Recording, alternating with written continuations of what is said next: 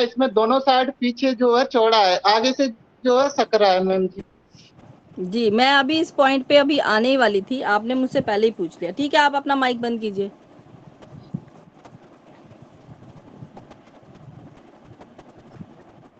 एक सेकंड में जरा चैट बॉक्स देख लूं, फिर आप लोगों के आंसर्स देती हूँ। ओके,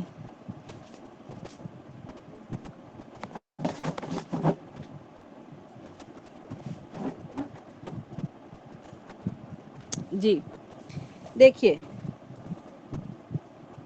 आपके पास अब बात को समझना आप, ठीक है। अभी तक हमने प्रैक्टिकल किया था, अब उसका विश्लेषण करने लगी हूँ मैं। आपके पास जितने भी तरह के प्लॉट आते हैं, जितने भी तरह के प्लॉट आते हैं, आपने उसको आड़े तिरछे हो, जैसे अभी इन्होंने बोला, नीरज जी ने बोला था, किसने बोला था? अच्छा, नीरज जी थे ना। जी मैम, मैंने प्लॉट लिया है आगरा मथुरा के बीच में, हाँ, तो उसमें ये गौमुखी है, नहीं, गौमुखी आपका है मैम। नाम, आपका नाम क्या है? नीरज नीरज। नीरज नीरज शर्मा, नीरज शर्मा चंडीगढ़। हाँ जी, ठीक है, ठीक है, ठीक है, माइक बंद कर लीजिए।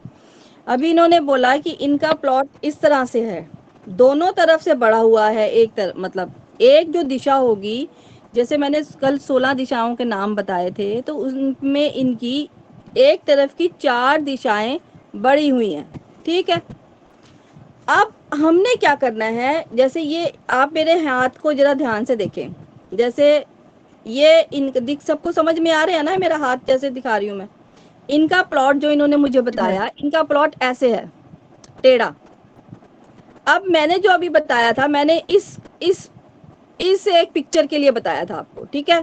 अब इनका प्लॉट दोनों तरफ से बढ़ा हुआ है, यानी कि ऊपर की जो एक पूरी 4 दिशाएं हैं, 4 कॉर्नर्स हैं, वो इनके बढ़े हुए हैं। हम इनका ट्रीटमेंट करेंगे, इनकी रेमेडीज होंगी, ठीक है। लेकिन पेपर वर्क के लिए हम जो इनका इस टाइप से प्लॉट, जो टेढ़ा प्लॉट है, इसको हम सीधा करेंगे। कैसे करेंगे? वो मैंने जैसे डैश डैश करके लाइंस लगाई हैं, वैसे आपको वो डैश डैश करके लाइंस लगा के उसको सीधी करनी पड़ेंगी, सिर्फ सेंटर मार्क करने के लिए। ये सेंटर मार्क हम क्यों करते हैं, अभी मैं आगे अभी आपको बताऊंगी। ये हम सेंटर मार्क करके ही हम अपनी 16 दिशाओं की स्थिति निकालते हैं। जैसे कि मैंने ये प्लॉट था, इसको मैंने कट मार के इसको सीधा कर दिया। सीधा करने से यहाँ एक सेंटर निकलेगा उसका, उस सेंटर पे हम ग्रिड लगाते हैं। आज आपने क्या करना है, अभी क्लास के बाद एक शक्ति चक्र करके, शक्ति चक्र के प्ले स्टोर से उस शक्ति चक्र को डाउनलोड करना है। उस शक्ति चक्र को डाउनलोड करके, आप कोई क्वेश्चन बीच में ना पूछना, मैं दोबारा से मैं समझा दूंगी। देखिए, प्ले स्टोर पे जाएंगे, शक्ति चक्र आप टाइप करेंगे, वहां से शक्ति चक्र बना हुआ आएगा, उसके अंदर 16 दिशाओं वाला शक्ति चक्र आपको डाउनलोड करना है। डाउनलोड करके उसको, एक बटर पेपर आता है मार्केट में, जो दोनों तरफ से उसकी विजिबिलिटी होती है, दोनों तरफ से वो पेपर दिखाई देता है। बटर पेपर पे प्रिंट आउट लेना है उसका, ठीक। एक तो ये तरीका है शक्ति चक्र को लेने का। दूसरा मेथड ये है, आप अमेज़न पे जाइए, वहां से एक शक्ति चक्र परचेज कर लीजिए।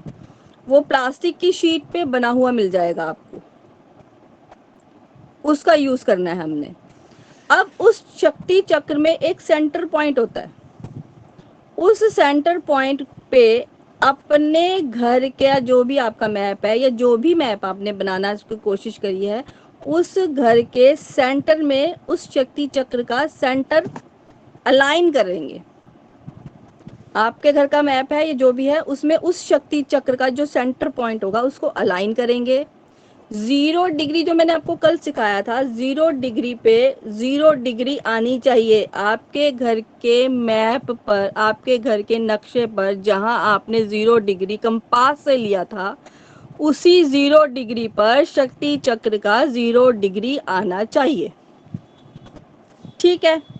अब सेकंड बात, जो आपने कंपास से अपने घर की डिग्री ली थी, फिर आपको ये नोट करना पड़ेगा कि जो डिग्री आपने ली थी, किसी की 131 आई थी कल, किसी की 0 आई थी, किसी की 260 आई थी, वो डिग्री 260 पे ही आनी चाहिए।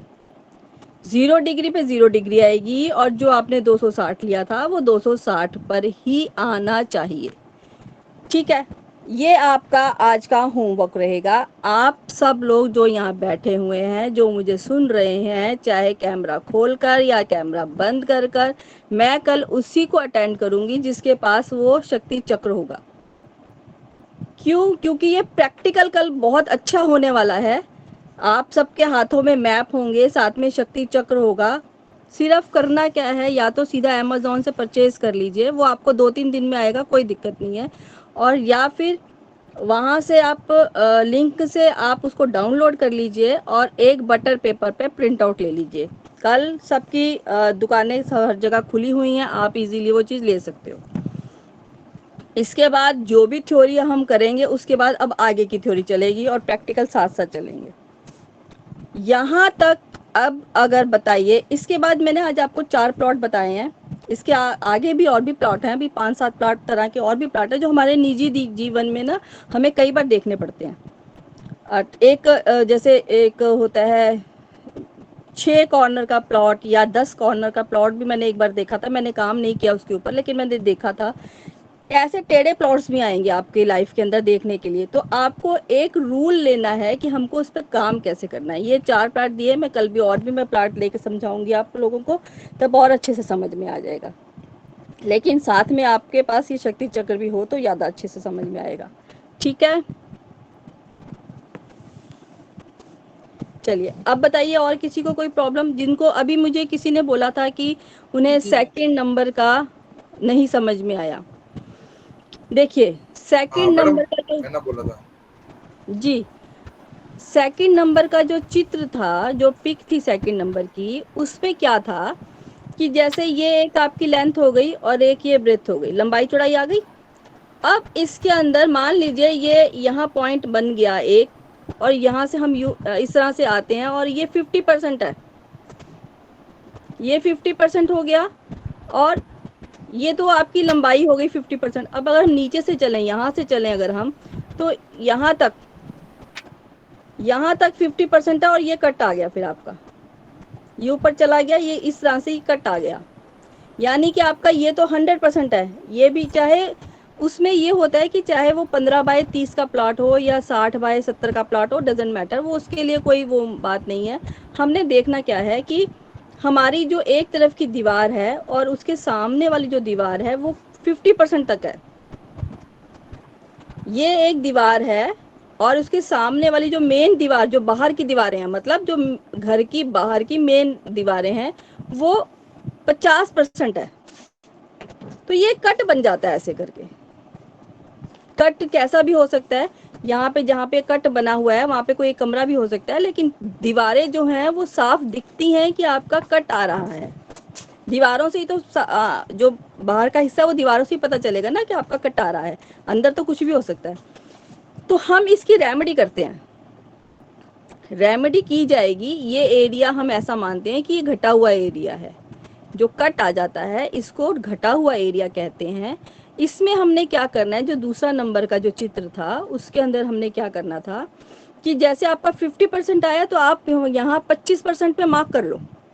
यानी कि आपने ऊपर जो कट था आपका, एक उसको छोड़ दो, 25% छोड़ के 25% पे मार्क कर लो, और इधर नीचे से भी जहां आपका कट था 25% छोड़ के 25% मार्क कर लो।